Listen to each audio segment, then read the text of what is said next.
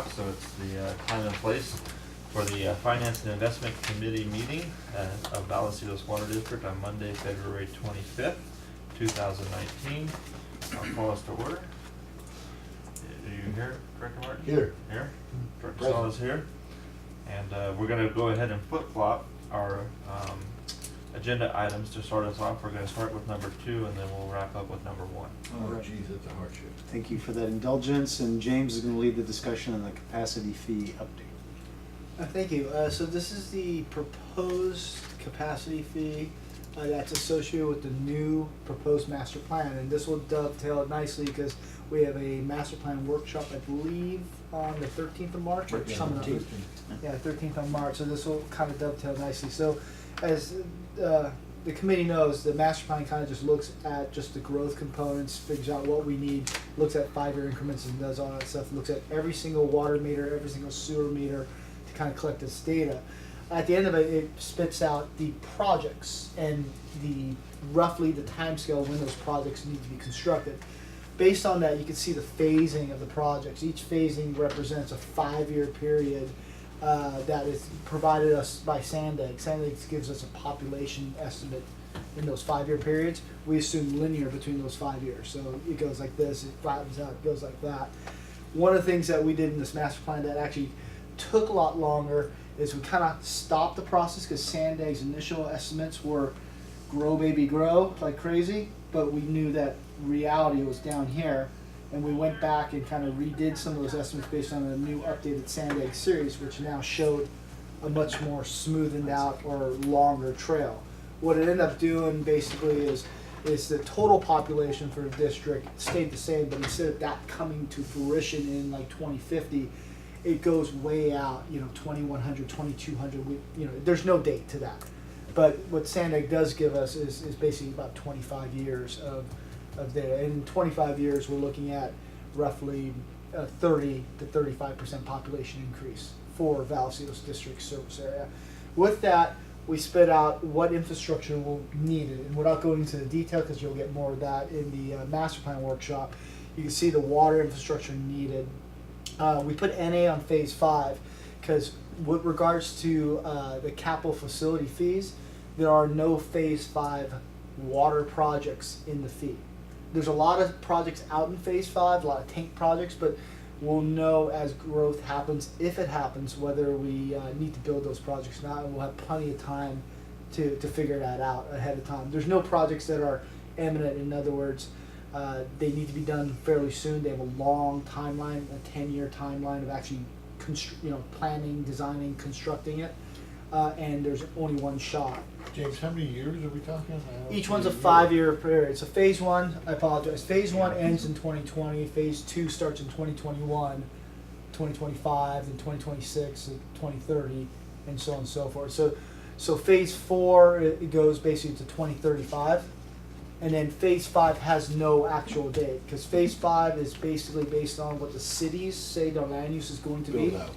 Build out, yeah. And that we all know will probably never happen to the extent because that would take taking existing houses and buildings and ripping them down and putting the higher density stuff up. Right. So we pushed everything that is undeveloped land in develop it according to the land use. But anything that is already developed, we assume is probably going to get pushed back to phase 5 because that's harder to do compared to bare land. We do see some infill, but obviously that's still fairly minor in the grand scheme of things compared to the bare land development. So again, just to go over it, you have phase 1 through 4, which is basically takes us out to 2035.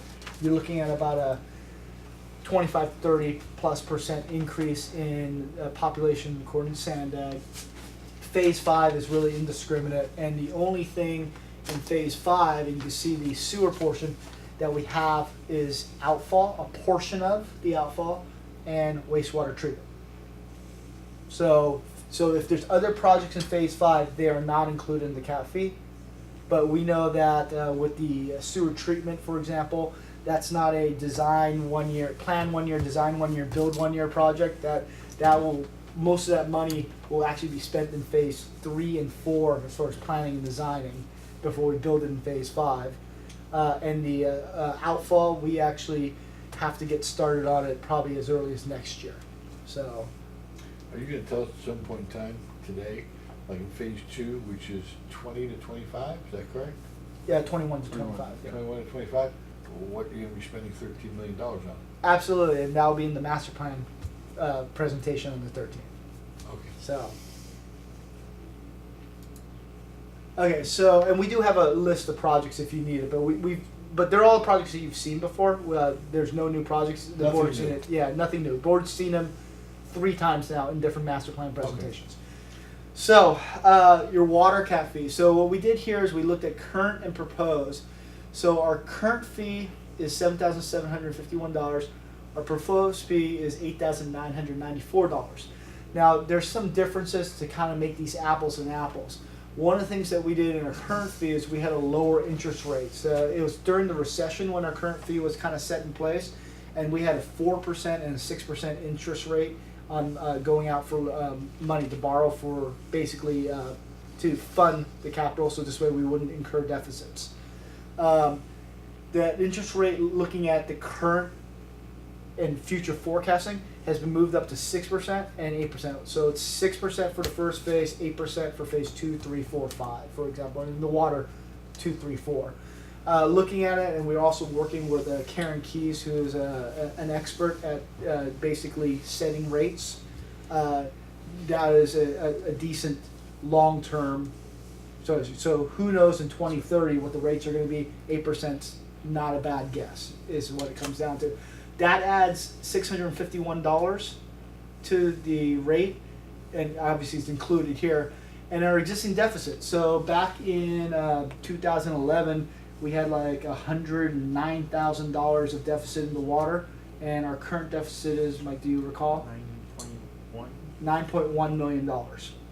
as So- of June 30th, 2018. And what was it? 100,000. Really?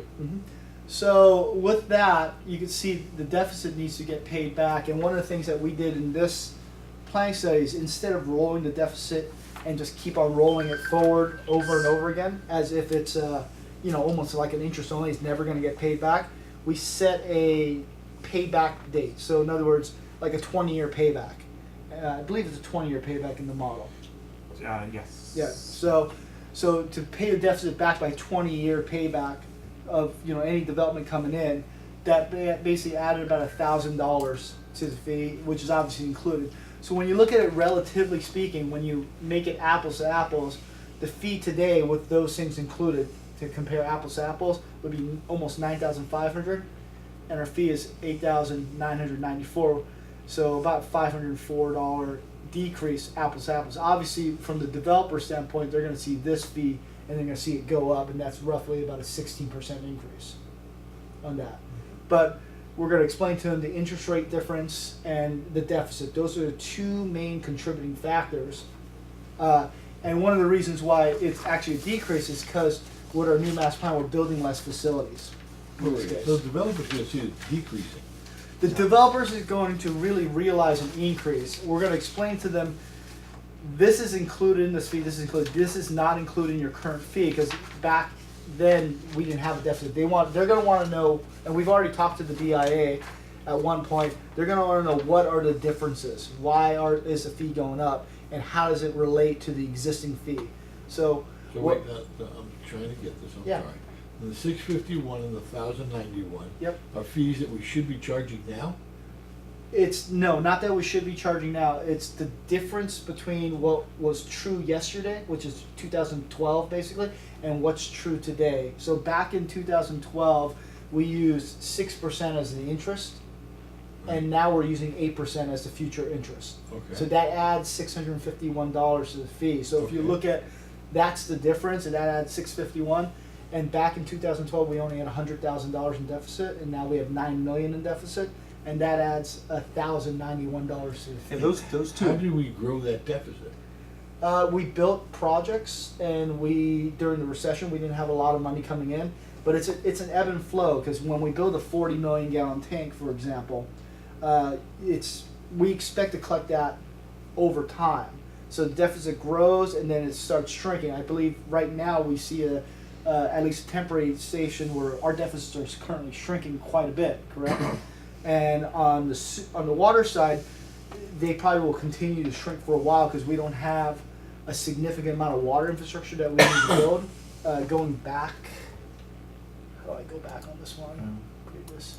Going back, you see, we only have, we have some money there, but over the next several phases, it's $25 million, and that's not significant in the long run over the next 35 years of water infrastructure to build. So we have a big deficit now, and we'll probably see it shrink over time. On the sewer side, we're seeing it shrink, but you can see we have sewer projects to build that are significant. So we'll see that shrink and grow back, most likely. So we're proposing $8,994 per unit. Per unit, per EDU. Doesn't matter what kind of unit it is. Per equivalent dwelling unit. So for a single family home, if a developer builds it, they'll be paying for a water meter, a standard water meter, $8,994. And what about an apartment? Depends on how many units they have. So in other words, if they're high density 50, they could be as little as 0.7 EDUs. So it's 50 times 0.7 times 8,000, basically $9,000. So they would pay fewer EDUs than there are actual living units. Yeah, That's because there's no exterior to. exactly. They have less demand than. Right, less Yeah.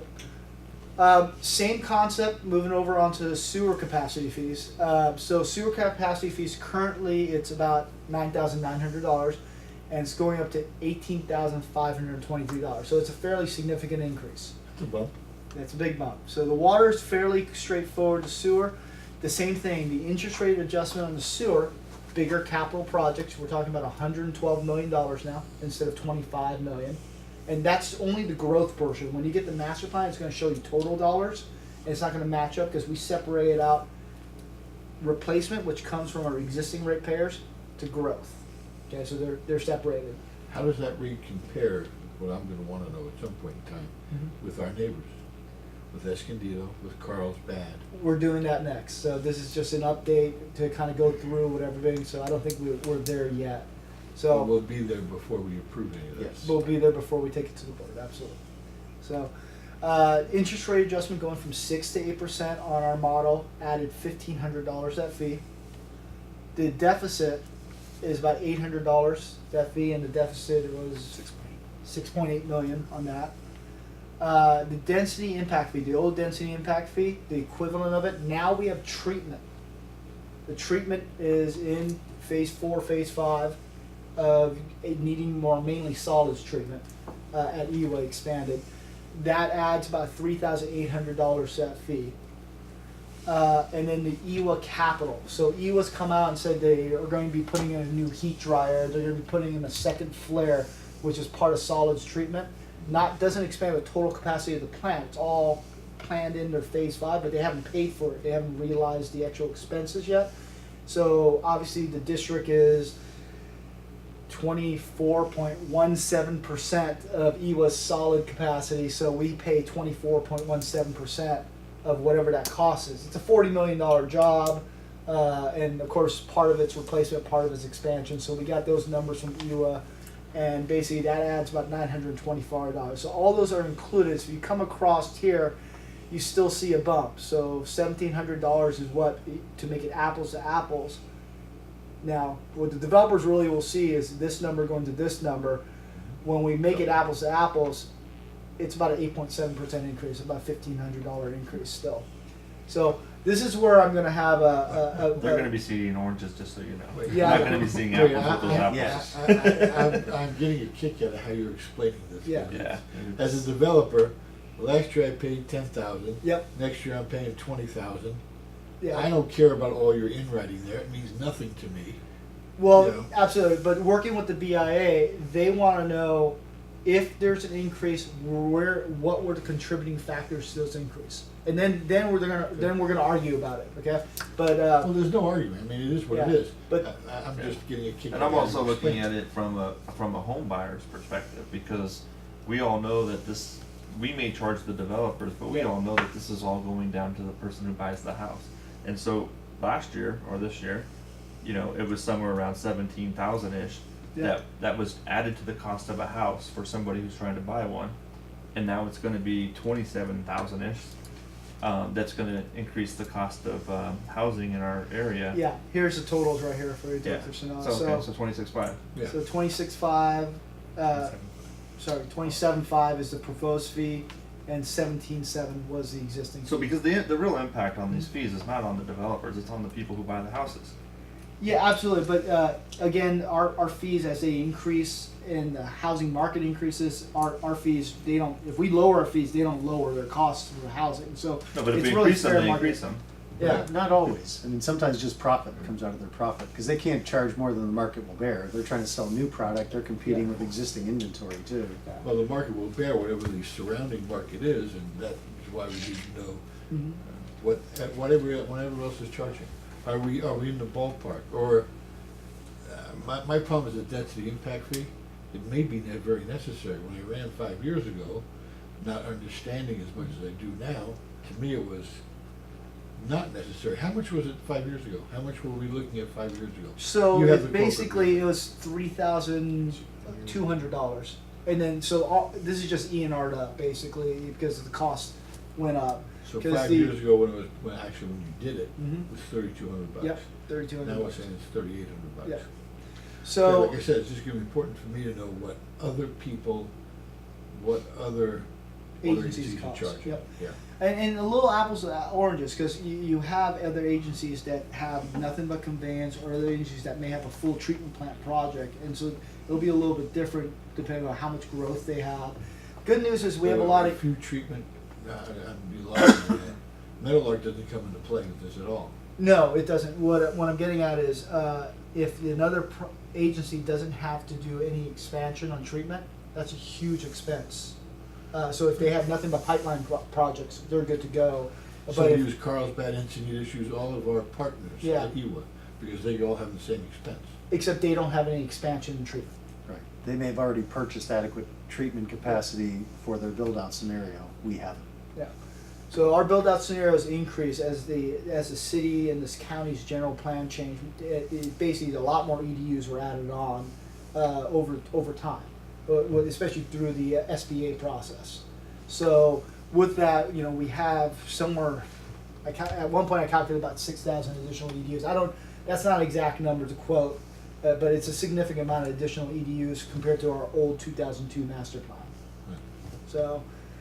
With that, what you're looking at is basically a fairly large increase from 17 to 27. It's a $10,000 increase in our total cap fees proposed. Where I expect arguments with the BIAs on the interest rate.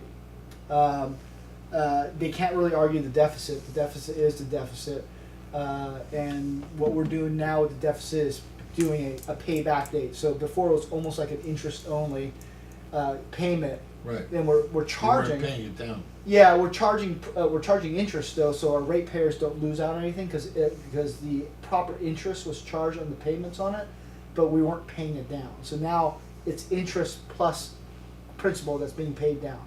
So that's the only difference. The impact fee, and I'll use a different name because I don't want to bring up any bad feelings. That's a good idea. But basically, this is the additional cost of treatment is what it comes down to. So the only reason the density impact fee even existed back here as that came out of it is because the old 2008 master plan, which is the current master plan that's adopted, stopped at 2030 and didn't have any treatment in the numbers. The new master plan shows that we require treatment.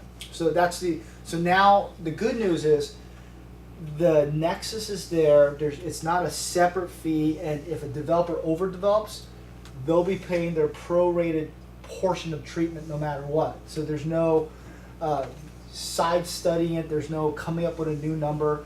Whether you develop a portion of treatment or the whole thing, it's going to be this much incremental to person in the average. I think if I remember 6 years ago, that was part of the problem, is that it showed that 2030, you're continuing on to show what your costs are going to be. Mhm. It didn't do that. Yeah, in 2030 there's You kind zero. of knew what it was, and you were basing it on that, but there was no vehicle to attach it to say this is why. There was no nexus study on it. Right. Yeah, we did a separate nexus study after the fact, but it wasn't attached to the master plan. It was Right. attached to Encina's numbers only. Now, basically, we still have to use Encina's number because that's the only game for us unless we build another plant, which is even more expensive. So the most cost-effective way is to work with our partners in Encina. Sure. And whether you purchase that capacity or build it, it costs the same because the way their revised basic agreement works. Right, because if you purchase it, let's say from VID, they want to get exactly what it would be. What it costs to build it, yeah. Totally. So with that, and then the only thing new that was added was the EWA capitals, and that's because EWA's actually doing a portion project that I won't call expansion. Expansion is the wrong word. They're actually spending new capital, which will increase equipment capacity, mainly in the solid side, which was planned for in their phase 5, but never. It wasn't funded. It wasn't. They didn't spend the money. Now they're spending the money on it. So with that adds that $900 and change on it. So really, there's really no really discussion on any of these things except for interest rate and whether we carry this as an interest only like we have in the past or pay it off in 20 years. And we've done, or Mike's done the math on paying off in 20 years seemed to be fairly. It seemed to make sense, almost like a home loan, so to speak. So with that, I'd be happy to. How long has it been 17,719? Does that go up every single year, or has that been? It goes up has that every been single flat? year through just regular ENR, so regular inflationary cost index, basically. So it goes up every year, and so I don't recall what it was when we set it back in 2012, but it's been going up by whatever that percentage is on a yearly basis. Yeah, I seem to think when I first got on the board in 14, it was somewhere around 14.5. Yep, probably. I imagine it was close to 15 or. Well, yeah. the good news, I think, is though, instead of new homeowners that now own their homes, Mhm. it increases the price of their home. Because it's worth more, because when you put a new home next to it, it's gonna be so much more, it brings that, all boats rise with the tide. And So homeowners currently, the house is worth more because you're not paying those kind of fees initially. And the good news is our fees are still not the most expensive fees that the developers pay when they build a home. When you total everything up. Oh, you mean it's compared to the city or the school district? Yeah, school Yeah, fees. but it's just important to know what other cities are charging. Yeah. Just like the question brought up before we started was about beer, and beer places used to open in Vista, and now they're looking to go in other places because of the price. And we don't want to cause a moratorium or people not to build here. We want to be competitive. Well, we're gonna go ahead and put that down for you. I know there's agencies that charge more. Some of them are a little bit cryptic because, for example, I don't know if Rainbow still does this, but for example, Rainbow has a fee that looks smaller, but if you have more than 1.6 bathrooms in the house, then you pay. It's the fee is per. 1.6 bathrooms. So, Sure. How many people have 1.6 bathrooms or something like 2.1 bathrooms or something like that. So even though the fee says 10,000, let's say, most houses they end up spending 20,000 because they have 3 bathrooms. My guess is the So- BIA already has those numbers, and they're going to try to use them. Yeah. So it'd be important for us to take them from the BIA and just double check and make sure those are the actual fees. We participate in their survey. They ask us every year for the numbers. So Okay, so they have them. them. So, That's a good place to get them, that way you Yeah. know no one's lying to you. but it's how it's applied. So. Yeah, But yeah, essentially going through this, the nexus and the master plan, everything is basically an adopted document in it. So Mike went through and made sure in our model we had, our financial statements for the adopted document, the master plan, EWA's statements, the budget. So there's no document that's an estimate that's been used. It's from board adopted documents from both us and from other agencies. So In 2012, the fee was $14,856. Just for a freeze. 14. almost 50, 14.8. So Yeah, I mean, it is what it is. I mean, James, why don't you talk about the next steps then? sure. So with that, there's 2 things going on. We're kind of running this on a parallel track with the master plan.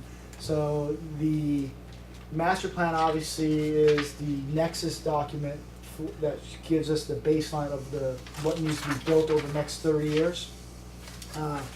and we're going to be meeting with the BIA. So my plan right now is we have a Karen Keys on board to basically do a peer review, do comments and adjustments as necessary. And Mike's been working with Karen, and we've already gotten the first round of comments, and we've addressed them before bringing it here. So we're on pretty good footing with Karen that we're ready to show this not only to the committee but also to the BIA. Explain Karen again. Karen Keys is a consultant. She used to work with different companies, but she has her own firm now, and she does capacity fee studies. She did also the water cost study for the East County Pure Water Project. I know I'm getting that wrong. It's East County Water Purification, the one that Padre's involved in. So she did that study. She's done capital facility studies in the past for Vallecitos, for Otay Water District, for Livenhain, and also for the city of San Diego. So she's pretty renowned as far as the cap fees. We had the model and everything here already. So she's doing the QA/QC, kind of looking over her shoulders to make sure that we didn't miss anything, that the assumptions are backed up by actual documents. And she's already sent down at least one round of comments that both engineering and Mike's had to address, and we had to make some adjustments based on her comments. So her contract is pretty small. Mike's doing most of the actual Yep. number crunching, running the model. She's just, sanity check. She's looking through the numbers. yeah. And then so Worthwhile, Mike? Yes, definitely. Okay. It's nice having that secondary review. it's like a backstop. So also with the next phase is really to meet with the BIA. So my plan here is to call them or email them this week to set up a meeting with them. They are a stakeholder, so we want to meet with the stakeholder. Their clients are the ones paying this. Right. Go over the information, the assumptions, where it came from, get their comments, and move on from there. And then if some of it makes sense, obviously bounce it off between Glenn, Mike, and Karen, and Wes, and see what makes sense. So my anticipation is still look at an interest rate, looking at today's rates are a little cheaper than 8%. We'll argue that we can't forecast out to the future. And my argument is, I imagine they're going to ask for the deficit to be interest only like it was in the past. And we'll argue that that doesn't make any sense to us. It's got to be addressed sooner or later. Yeah. Good. Yep. Yeah. So this new proposal on proposed fee takes care of a couple kind of loose end issues. First is paying off the deficit in a reasonable amount of time, ensuring that the development community pays for both the outfall expansion, which we're going to be starting planning on next fiscal year. And we already had like this big rate event, it already surcharged and potentially could have spilled. And also future treatment capacity, which we'll be starting to spend money on that as early as late phase 3 and then into phase 4 on the solids portion for sure. Liquids portion probably can push back a little bit more into phase 4, phase 5. So. Mike, how sensitive is the deficit based on the term? If we amortize it over 30 years, not 20 years. Give me a second. So right now we have it, I think, paid off by 2030. If we do it the next 5 years, On the water side, it doesn't make any difference because there's none no because there's no expense. projects. On the sewer side, it makes only a small difference because the phase 4 projects are It's $2 million only. $50 difference Mhm. because it's divided by the EDUs, and all the EDUs are in the first Right. 4 phases. So, and then the only way it would make the deficit down for the sewer is if you take it out into phase 5, but that has a potentially 100 years, so and that doesn't really make sense. Then it basically becomes an interest only. So, but because of this, because you're not adding a lot of dollars and a lot of EDUs, because if you look at the dollars being spent, some of it is because the projects need to be done, some of it is because where population does come in according to Sandbag. Most of it is you spend the money and then some of the population's in and the rest of the population will trail. What really will happen, we don't know, sand eggs guess has been good in the past, and then they had a horrible track record more recently, and maybe it'll be good in the future. But right now, they're the adopted agency that both the county CWA and we use. Can I ask you a question slightly off this, but it has to do with our recycled water? Mhm. I never understood, I found out today, and that's why I'm asking it, that actually Carlsbad's recycled water Mhm. is pumped to McMar. They actually have the ability to put some recycled water in Mar Reservoir. Yeah. However, they've only tried it once. Since I've been here, they've only tried it once. So they usually don't pump it into Mar because for the longest time they couldn't track it because they were afraid if they pump it into Mar, a living hand could take it because there's no safeties. But they have the ability to, but they actually don't pump it into Mar. And it'd be Really? very expensive for them to pump it to that elevation. Yep. Oh, I would think so. Yeah. It's plumbed, they can do it. So where do they hold their? They have water? steel tanks. Yeah, they got tanks throughout their service Yeah. area. They have small steel tanks or smaller compared to Mar. Thank you. Actually, sewer. So it's about sewer, Mr. Chair. Yeah, I got no questions. I have no question. Yeah, nothing's going to change. Really, your meeting with the BIA is to explain to them what you're doing. For the This is most way it part, is. but they're not going to be ecstatic about it. So. James, when do you think this will be in front of the board for approval? Well, I hope to meet with the BIA. Like I said, I'm going to send out a meeting. I want to meet next week with them, but we'll see when they're available because they bring themselves and their engineer. Right. And then based on that, we're planning on having a public workshop on this, and it'll be a discussion whether we want to do that before we have a board workshop because I'd like to have a board workshop, but not have. I'd like to have a separate public workshop that's not a board meeting. Right. So this way it could be a little less formal. But Our for workshop the- is March 13th. that's For for the the master master plan. plan. They won't be talking about cap fees at Fees. that point. Okay. So we're planning on having a public workshop, and then what comes first, whether the board workshop comes first or the public workshop, that'll be kind of up to you. But Okay. ideally, in that workshop, I expect community members and developers to come through, the BIM to discuss that. We're going to have a workshop with them. And I expect non-stakeholders from the community to come and ask questions and see it. Because I think there's this misconception that this master plan and our cap fees are going down, helping the developers. And as you can see, they're increasing significantly, but for just reason. And as a district being a neutral party from a development standpoint, we just have to show those reasons. At one point in time, you're going to have a chart showing us what other districts charge that Yes. are part of E1, Yes. so they have the same expense. Well, we'll have the whole thing with all the districts, and we can Okay. point out the UA agencies. Okay. But again, you have to remember each one of us is different. Sure. So,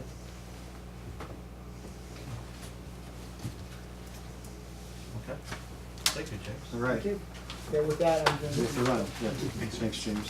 3 strikes, they're out. 3 strikes and out. Okay, we'll move up to item number 1, budget kickoff. All right, so Wes is gonna guide us through the budget calendar and general budget discussion.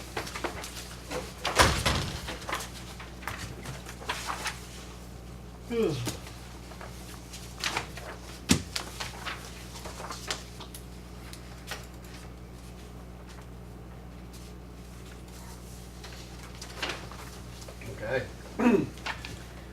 So this is just a kickoff of the budget process. So this is the official start of the budget process. I know we're all excited about that. And we know that it starts with a budget priority page. There we go. Feel better already? I didn't Well, even that change looks it. so nice. I just liked it so much I didn't even change it this year. I just got to say what it was. How do you get the 6 people to stand so close holding the letters up? It's training. They have to know each other pretty well. Before we finish, just to mention now, is we need to look at our calendars as well. Yes, and that's actually what I'm gonna go Things have through. changed. Okay. So I'll be talking about the budget calendar and hopefully we can look at the dates and see if they There we go. meet your calendars and we Okay. can. So the only thing I did change is that it's 20, not 19 anymore, so you can see that. It's very creative. That didn't take much time. I was like, I do it by hand now. What's that so- cost? Yeah. 2 consultants. Yeah, $20,000. Okay, so we're gonna start with February, which is where we're at now. This month we start doing Seems these old. updates. Seems all backwards. Backwards? Yeah. Yeah. Probably printed flip on the Yeah, printer. start from the Go bottom, from the back. go back a Yeah. page, and work backwards. Oh, I like that, Wes. I That's don't- good. That's I up don't to know you. who- I don't know who did that. Fuzzy math. Oh, yeah. I'll blame the new guy. Okay, so this month we actually went through and put in the actual audited 2018 numbers into the budget. We're starting to work on the 2019 projections. We sent out the budget request to the department so they can send us their request for this year, and once we get those, are actually due the end of this month. When we get those, we'll start putting those into the budget and working on that. And we are here at this committee meeting now. We just talked about the budget calendar, trying to set the dates for future committee meetings and going through the process. And we'll be looking at a budget versus actual for the last 6 years. This year we get a bonus year. So in March, as I mentioned, we get the department requests. We'll start putting those into the budget. Then we start putting together the current year, which is 2019 projections to the end of the year. We'll do those usually in March and forecasting for the last 3 months. Then we start looking at the salaries and doing the payroll estimates and requests.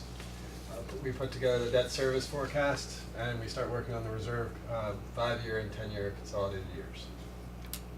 And in March, we're looking at a potential March 18th date for the committee meeting if you're available.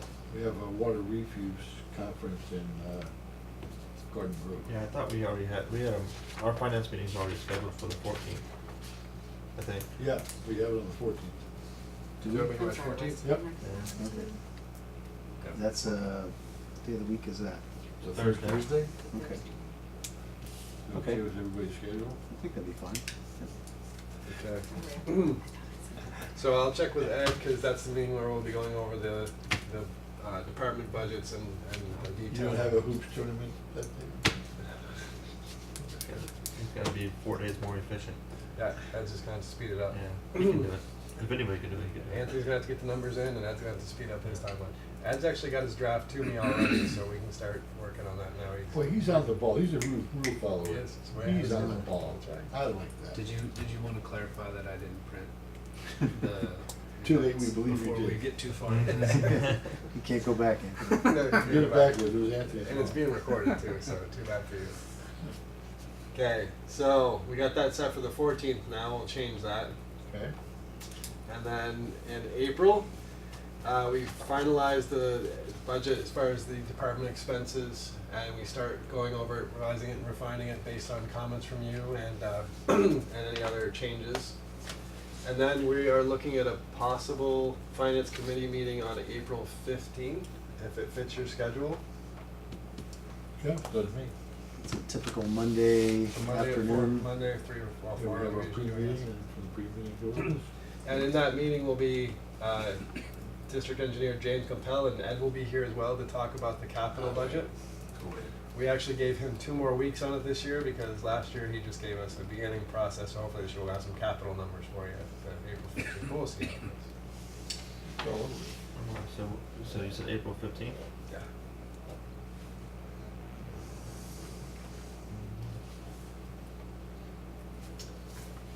Have a night, 4 o'clock, right? Yeah. And then also in April, we're looking Yeah, I at. think Mike, was that good for you for 15? I think so. Let me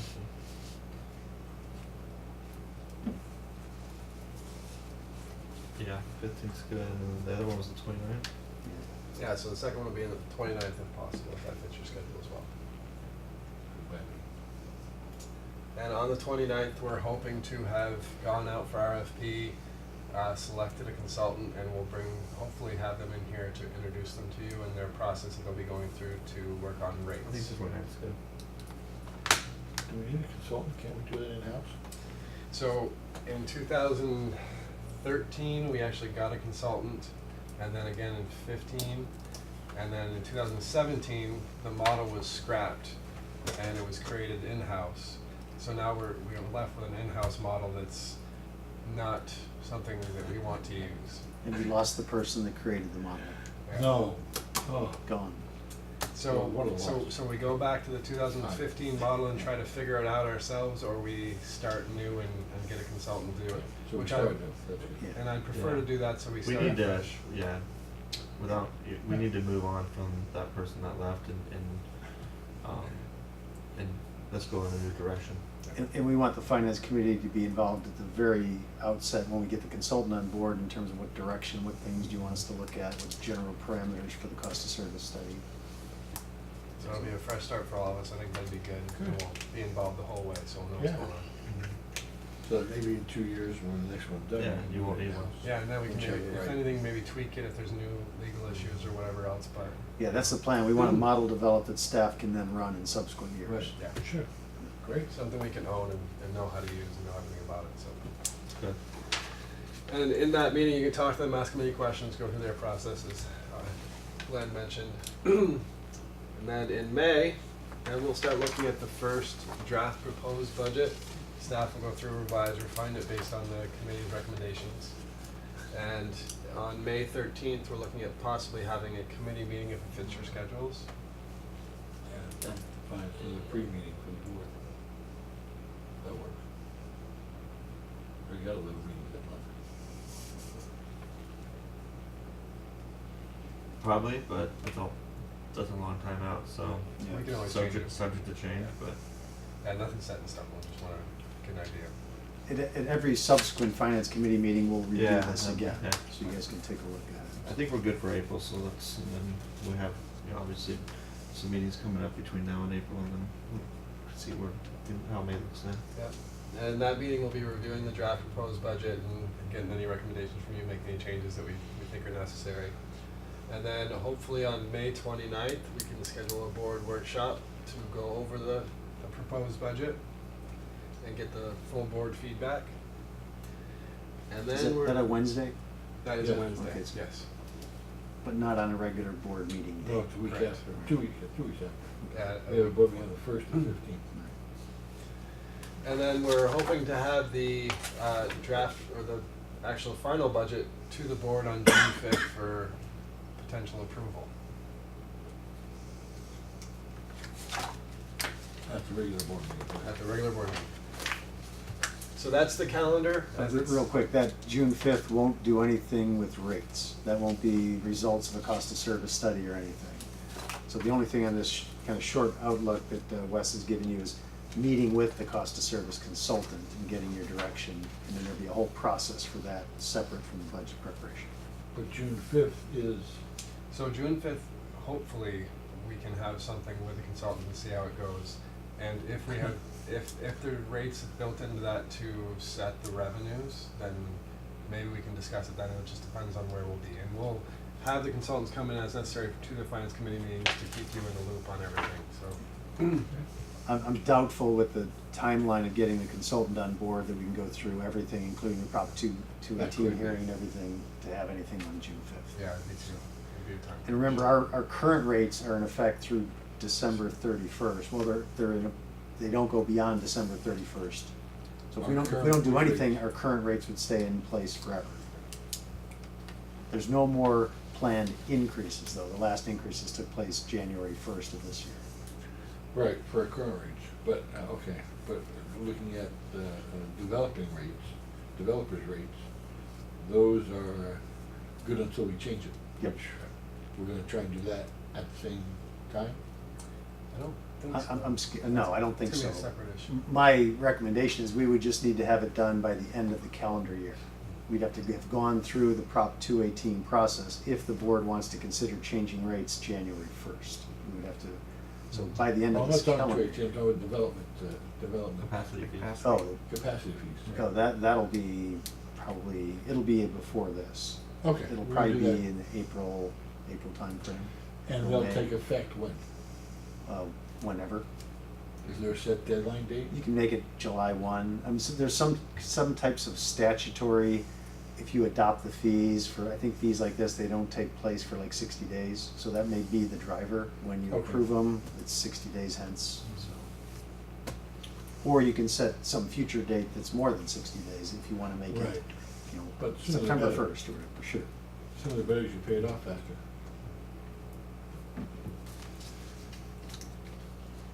Yeah, I was thinking July 1 on the rates for some reason, but now Yeah. it's January 1, so we got some time on the rates anyway. Yep. Well, yeah, the goal is to keep them flat, right? You working on that? Absolutely. Okay. So, budget to actual for the last 6 years. We've actually incorporated the 2018 numbers now. So you can see in the water department over the last 6 years, we've done pretty well. In 2018, we were over budget by $434,000 or 3.87%, which is, I think it's pretty good budgeting. I'm pretty proud of Mike for his budgeting on that. But most of that variance that I will talk about in a minute too has to do with a book entry that we've made. And to help sort of explain this, GASB 68, which you've heard of in the audit process, requires us to book an entry to PERS expenses where we increase, well, depending on how the GASB works out, we either increase or decrease our PERS expenses for a book entry, but not the actual amount that we paid. So it changes our actuals here and we put them into the budget so that they tie to the audited financial statements. So my plan is, in the future, is to put a footnote of the effect of that and possibly remove it from the actuals in the budget so it won't be reflected here. Because I think I have I do actually have a discussion. I kind of jumped ahead of myself. But the overall effect of GASB 68 for 2018 was $859,000 to water. So if we look at this, it's $434,000 over. If we didn't have that entry in there, we'd be under budget by about $400,000. In Wes, in what year did that GASB 68 take effect? It actually started in, I think, 14, 15. It may have been 15, 16. I think it's 15, 16. So you'll see we used to be, regularly budget over actuals, and then it kind of flipped because of this GASB 68. GASB 68, yeah. Just because of reporting. It's just a reporting entry. It's not something we actually paid. Right. So therefore, we need to budget what we're actually going to pay. We can't change the way we budget because we always budget based on the actual expenses Yeah. from PERS. But So what's the purpose of Gatsby? So that's an accounting sort of accrual type thing where the PERS comes and says, here's your valuation from last year. We are going to roll it forward to the end of the year for you based on our last actual valuation. So they make us change our numbers that we booked during the year to match their estimate of what it actually is. So we didn't actually pay it. We're booking an estimate to match their estimate. And you have to do that per GAAP. It's actually Gatsby. It's Gatsby, same thing. But it's a book only entry, so therefore when you compare it to the budgeted numbers, it's not an actual expense, and it's apples to oranges, to use James' terminology.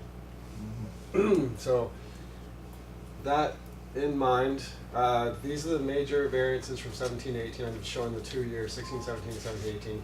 But the highlighted numbers are notable variances.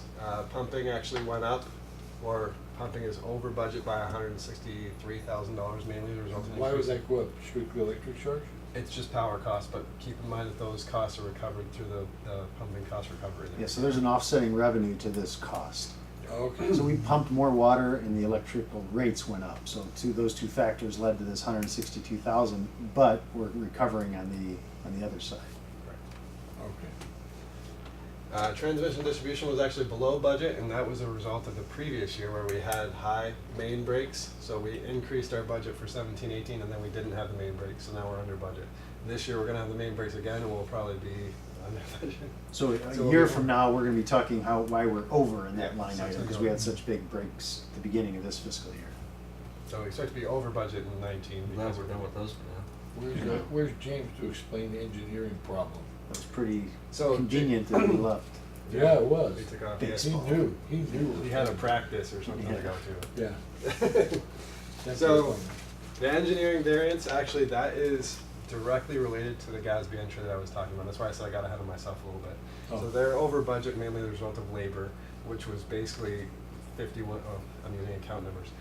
The GASB entry posts to labor, so it increases their labor dollars. And $170,000 of their $277,000 variance is due to that entry. So it was still 100,000 over budget. The rest of it was they had planned on, we had budgeted for them to charge the work orders, about $150,000. They didn't. They actually charged their department instead of to work orders. So they just worked on less projects this year than they planned on. Okay. Because when they charge to a project, their labor goes directly to the project and it doesn't hit the expense account. It goes to a 1720, of which is an asset or a CIP project. In this case, they charge their department instead of the asset. So what, does it differentiate between whether they're working on a CIP project or an operations project? Yeah, because an operation project that goes to operating expenses is gonna hit this number. Yeah, and that's probably, they're probably working on more internal projects than we thought they were going to at the beginning of the year. We thought they were gonna be working on CIP type projects, Correct. and it was actually O&M type of projects they worked on. So then we have, IT's actually under budget by 204,000. That can't be right. We own an IT company. They're always there. I know. Every Wednesday. Yeah. Every Wednesday they show up, whether you want them or not. Well, this is mostly, because this is 2018, so this is a couple years ago when we had actually budgeted for Matthias's position for the whole year. And he came in April, I think, so he's only here for a few months in that year. So we're under budget based on the labor and some outside services that we didn't actually get done that year. We'll go IT. Yeah, so saving money. And then GNA is the same thing as the engineering. Basically, that's all GASB 68 because it bears the burden of a lot of labor. $329,000 of that $392,000 variance there is due to GASB 68. So My strong point is not finance, but this Gadsby thing apparently gives you numbers that aren't real. correct. So yes. Remember, for accounting purposes, you have to do accruals based on estimates that you I don't want to say believe are real, but timing values and so on and so forth. And PERS, GASB, reading through it, they want you to book what they believe to be your actual liability based on their actuarial assumption from the previous year. So that it becomes a whole technical mess and rolling that forward from last year to this year, and they give us a formula for doing it. So what's the benefit to the people that created Gatsby? According to PERS, it makes it a more accurate valuation of what we have for liability. This is all PERS? No, a lot of it was for like transparency and disclosure to the public. They wanted the public to know what your liability is on the books, and before we didn't disclose a lot of that. Not because we were trying to hide it, because it wasn't a requirement. Now it's a requirement, it's all out there, but it doesn't always jive with our accounting practices internally. Okay. So, So the direct expenses are different. But, and yeah, it's actually a GASB thing, not So to necessarily. the layman out there that's not familiar with Gatsby, they get bad information. Because what they see is not what the reality is. Well, from an accounting, like an audit perspective, it should be better information. That's the theory behind the GASB's. Right, but John Q. Public is not an accountant and doesn't know Gatsby and doesn't know, they just look at these numbers going, Right, well, if they're looking at our budget numbers, that's why we're gonna be actually I'm planning on putting a note here for our budget to actual numbers in the budget. So showing the actual numbers to be our actual expense to show that we're budgeting based on that and how accurate we are given that scenario. But from a accounting perspective, if you wanna know the GASB or the PERS liability, then we have to use the GASB pronouncement to estimate that liability. okay, just, again, it would give a layman Right, and bad information. And almost to make it, I don't know if it makes it better or worse, but if you go to the notes to the financial statements, there's about 10 pages of notes that Yeah. explain So, yeah. how they got there. Right. And I don't think a layman would like that either. I To never the feel, layman, I never feel better after I read those. Yeah, it confuses you even more. Yeah, so it's not gonna be a big deal there. All right. So this is the budget to actual for sewer. We had discussed last year tightening up sewer a little bit and getting closer, and we accomplished that. We went from 11.03 down to 8.27% below budget. There's still room to work on the wastewater Wait, side. wait. Give You them 5. tightened it a little bit. Hey, 20%. we talked about tightening it, and we accomplished tightening 14, it. 15, you hadn't tightened yet. I know. It was 6.26. We'll get there. It's progress, though. I like to stay positive about the progress. So Yeah. we're within 8.27%. I keep it, and I don't know. Hopefully, I have the. Oh, I do. So the sewer effect of GASB 68 is $560,000. So then, and that would actually decrease that expense. So our actual would be even lower. So that's probably a bad thing to mention in this case. Just forget I brought that up. So here are the budget actual for sewer and the knowable variances. Collection conveyance is actually $338,000 below budget. Most of that is due to outside services they planned. They had a, let's see, what was it? They had emergency repairs due to sewer line breaks budgeted that they didn't have any of booked this year. At least they didn't book them to their department. So that's a big portion of that. Where And would they then- book them to if not to the department? Well, it was, they could have put it could be to a different department. I'm not sure how we coded it in the GL. I was going to talk to Eric today, but he's actually not here. Administration? No, hopefully not. Do we go over budget? We go over budget on GL. Yeah, it wouldn't be there. We'll find it. I just wasn't able to do it today because Eric's not here and Ed's not Okay. here either. So. Okay. So they basically had some outside services that they didn't book during the year that I have to find out what those were, but it was $338,000 below budget. And then IT, again, this is the same thing as before. It's just a matter of budgeting for Matthias's position and some outside services. And So they're 1.5 below budget. 1.5? yep. Right. But that's including treatment costs, which includes Encina and metal art treatment. So if you look at those as uncontrollable costs, we're actually about $600,000 below budget. And that's my presentation for the day. I was a little disappointed, Director Martin. I wanted you to see this real quick. If you pay attention to the slide. What's changed? The child up in the upper right-hand side. Watch this. Uh-oh. Ah, I did notice that. I was looking at it going, who's the kid? I thought for sure you'd say something. You've been saying this whole time that you wanted to get That's rid of Russell when he was a kid. But Maybe he was blonde? he was over here before too. Now we got Kevin over there. I replaced him there. Ah. See, now every meeting will change something and see if you guys pick up on it. Okay. Distract you from Well, the I numbers. did notice those bolts don't have any rust on them. Yeah. Oh, yeah. Let's not go there. Wasn't sure you're ready to laugh at that yet, so we won't do that. Yeah. Anthony When wanted we to make get it, that big check, I'll be laughing. Anthony wanted to make it more personal and put your faces on these things instead Oh, of, don't put instead of my Russell's. He was going to have the directors up in there, but I figured we'd get your permission on that before we do that. No, good idea, Anthony. Not to do it. He is a good judgment. Yeah, good judgment. Cool. Thank you, sir. Interesting. Appreciate the presentation, and it's, Can you, I- yeah. I was just gonna say, I always like to, and I know you guys work hard towards it, getting the differences. You went from 11 to 8% in sewer, which is cool, but if we could try to shoot for, plus or minus 5% in both water and sewer, Yeah. and kind of make that, if not, kind of like an unofficial goal. Just because I'm always mindful that whatever we budget is what generates the rate. So if we budget higher, it's easy to budget higher and then say, oh yeah, well, we came in under budget, but we still collected the money, right? And there's not really a good mechanism to get that money back. So if we can just kind of be really closer and more accurate with our budgeting, then we can be more accurate with our building. Absolutely. That's a real good example. When we go through these internal budget reviews, we'll keep in mind our wastewater experience and say, come on, the budget you guys have submitted is still too high, and we'll bring it down even further than it was. Yeah.